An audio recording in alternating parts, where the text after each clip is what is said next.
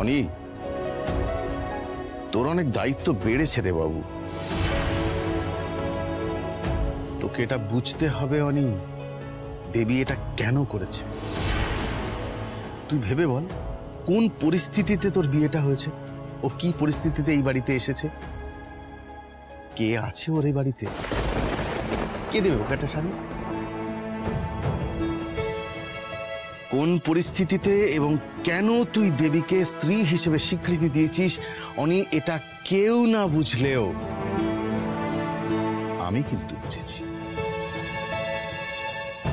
শুধু বাইরের সমাজের কাছে সম্মান দিলে হবে অনি, ঘরে ঘরে দেবীর সম্মান রক্ষা করার দায়িত্ব কার? তোমার বাবা সব সময় আমার মঙ্গলই কামনা করেন।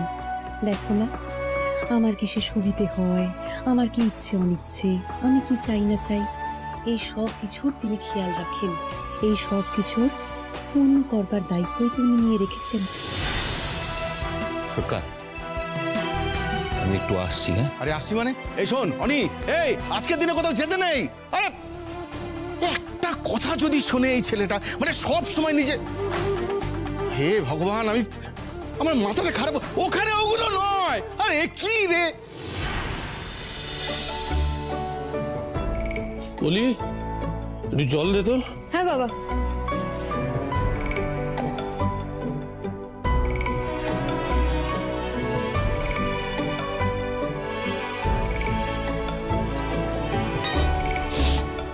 বাবা এই যে দে।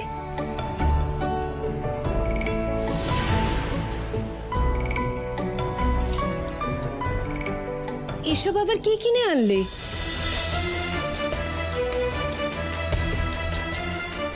কি হলো, আমি কিছু জিজ্ঞেস করছি তো নাকি? এত কি কেনাকাটি করলে শুনি? ঘটিটা রেখে আয়, দেখ জিনিসগুলো কেমন হলো।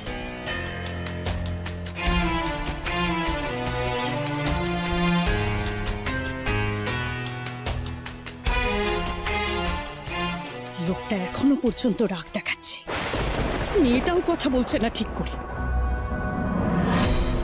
দুজনে দেবী দেবী করে মরছে। ওদিকে দেখো গে, দেবীও ঠিক জাঁকিয়ে বসেছে ওই বাড়িতে।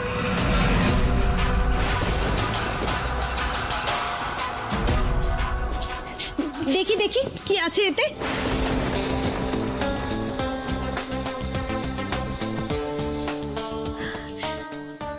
ও মা, শাড়ি!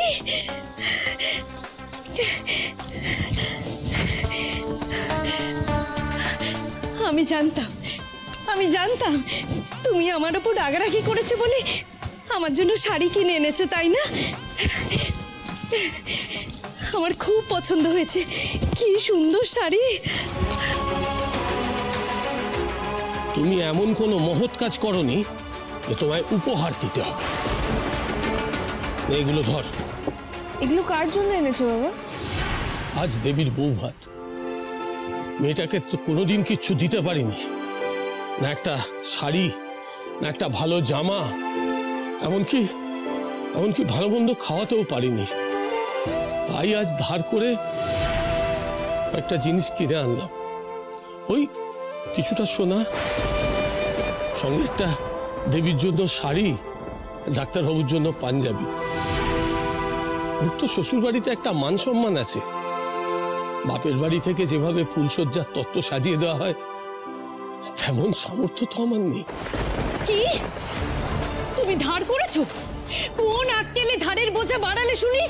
এইটুকু জিনিস দিয়ে তোমার মান বাড়বে ভেবেছো নাকি? খবরদার!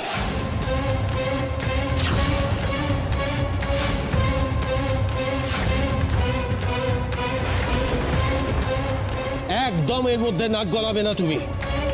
আমার টাকা, আমি যা খুশি তাই করব। আমি ধার করেছি না, আমি শোধ করব। তোমার কোনো কথা আর আমি শুনবো না।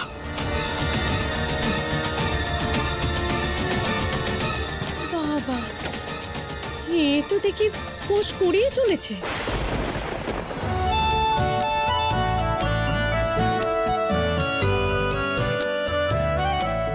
বাবা যখন দিদির জন্য জিনিস নিয়ে যাবে আমিও আমার তরফ থেকে দিদিকে একটা জিনিস দেব। দিদি খুশি হবে।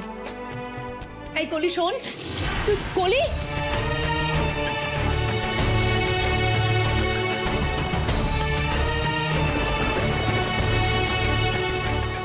বাপ মেয়ের আনন্দ আর ধরে না। আমার সংসারটাকে এলোমেলো করে দিয়ে ওই শয়তানি সুখে সংসার করবে, সেটা আমি হতে দেব না।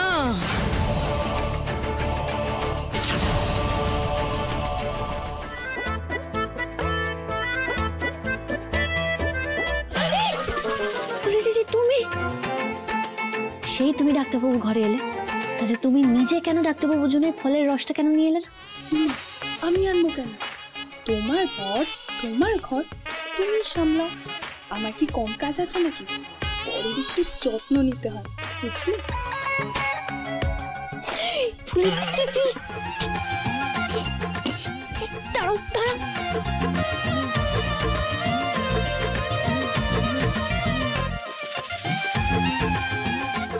ফলের রসটা রেখে এখান থেকে পালিয়ে যাবো।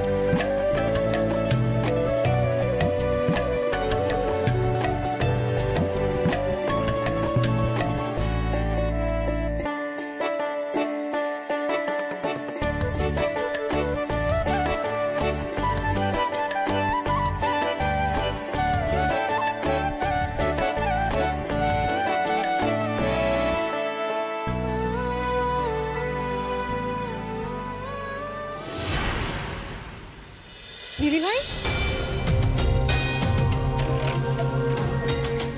দিদি ভাই,